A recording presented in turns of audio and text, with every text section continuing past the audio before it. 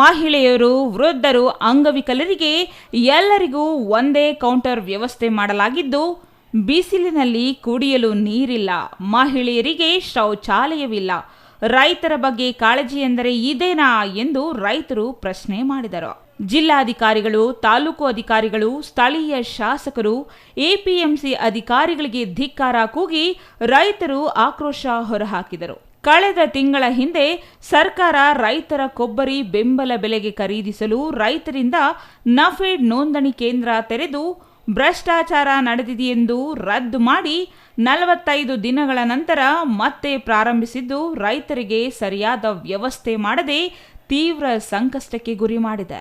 ದಿನಕ್ಕೆ 150 ಜನರಿಗೆ ಮಾತ್ರ ನೋಂದಣಿ ಮಾಡಲು ಅವಕಾಶ ಮಾಡಿಕೊಟ್ಟಿದ್ದು, ಒಂದೇ ನೋಂದಣಿ ಕೌಂಟರ್ ತೆರೆಯಲಾಗಿದೆ. ಇದು ಅವ್ಯವಸ್ಥೆಗೆ ಕಾರಣವಾಗಿದೆ. ನಿನ್ನೆ ಸಂಜೆಯಿಂದಲೇ ಊಟ ತಿಂಡಿ ಇಲ್ಲದೆ, ಊರುಗಳಿಂದ ಬಂದು ಸರಿಯಾದ ನಿದ್ದೆ ಇಲ್ಲದೆ ಇಡೀ ರಾತ್ರಿ ಜಾಗರಣೆ ಮಾಡಿ ಇಂದು ಬೆಳಗ್ಗೆ ಬಂದ ಅಧಿಕಾರಿಗಳು ಸರ್ವರ್ ಬ್ಯುಸಿ ಎಂದು ಕಂಪ್ಯೂಟರ್ ಎತ್ತಿಕೊಂಡು ಹೋಗಿದ್ದಾರೆ.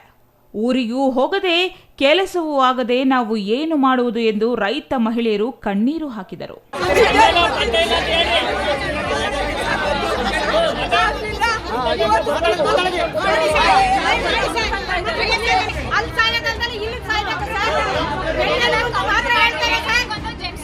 ಗಂಡಸರು ಎಲ್ಲರೂ ಹೋಗ್ತಾರೆ ಸರ್, ಒಂದು ನೀಡ್ಸಿರ ಬಾತ್ರೂಮ್ ವ್ಯವಸ್ಥೆ ಇಲ್ಲ ಸರ್, ನೀರಿಗಿಲ್ಲ ಸರ್, ಒಂದು ಬಿಸಿಲು ಸರ್, ಬಿಪಿ ಶುಗರ್ ಇರೋಲ್ಲ ಸರ್, ಏನ್ ಮಾಡ್ಬೇಕು? ನಫೆಡ್ ಅಧಿಕಾರಿಗಳನ್ನು ಪ್ರಶ್ನಿಸಿದರೆ, ಜಿಲ್ಲಾಧಿಕಾರಿಗಳ ಆದೇಶದಂತೆ ಒಂದು ನೋಂದಣಿ ಕೇಂದ್ರ ತೆರೆದಿದ್ದೇವೆ, ಸರ್ವರ್ ಸರಿಯಾಗಿ ಕೆಲಸ ಮಾಡುತ್ತಿಲ್ಲ, ಏನು ಮಾಡುವುದು ಎಂದು ಅಧಿಕಾರಿಗಳು ಅಳಲು ತೋಡಿಕೊಳ್ಳುತ್ತಿದ್ದಾರೆ.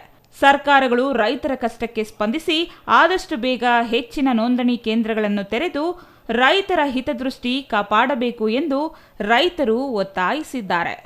ದೇಶದ ಬೆನ್ನೆಲುಬು ರೈತ ಅಂತಾನೆ. ಈ ಕ್ಷೇತ್ರದ ಶಾಸಕರಾಗಿ ರೈತರ ಬೆನ್ನೆಲುಬು ಆಗಿ ನಿಲ್ಲಕ್ಕೆ ಎಲ್ಲಿದ್ದಾರೆ ಸರ್?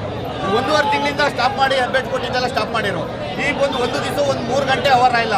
ಸೆಕ್ಯೂರಿಟಿ ಆಗಲಿ ಇವ್ರದ್ದಾಗಲಿ ಒಂದು ನೀಟ್ನೆಸ್ ಮಾಡಿಲ್ಲ. ಒಂದೇ ಒಂದು ಕೌಂಟರ್ ಮಾಡಿದ್ದಾರೆ. ಒಂದು ಕೌಂಟರ್ ಲೇಡೀಸು ಇಲ್ಲ, ಹ್ಯಾಂಡಿಕ್ಯಾಪ್ಟಿಗಿಲ್ಲ, ಸೀನಿಯರ್ ಸಿಟಿಸನ್ಸ್ ಇಲ್ಲ. ಅದೇ ತಿಂಗಳು ಅಂತೇಳಿ 4 ಕೌಂಟರ್ ಓಪನ್ ಮಾಡಿದಾರಂತೆ. ರೈತರಿಗಾಗಿ ಒಂದು ಶುಭ ನುಡಿಗಾನ ಮಾತಾಡೋಕ್ಕಾಗಿ ಬಂದಿಲ್ಲ ಇವತ್ತು ಶಾಸಕರಾಗಿ.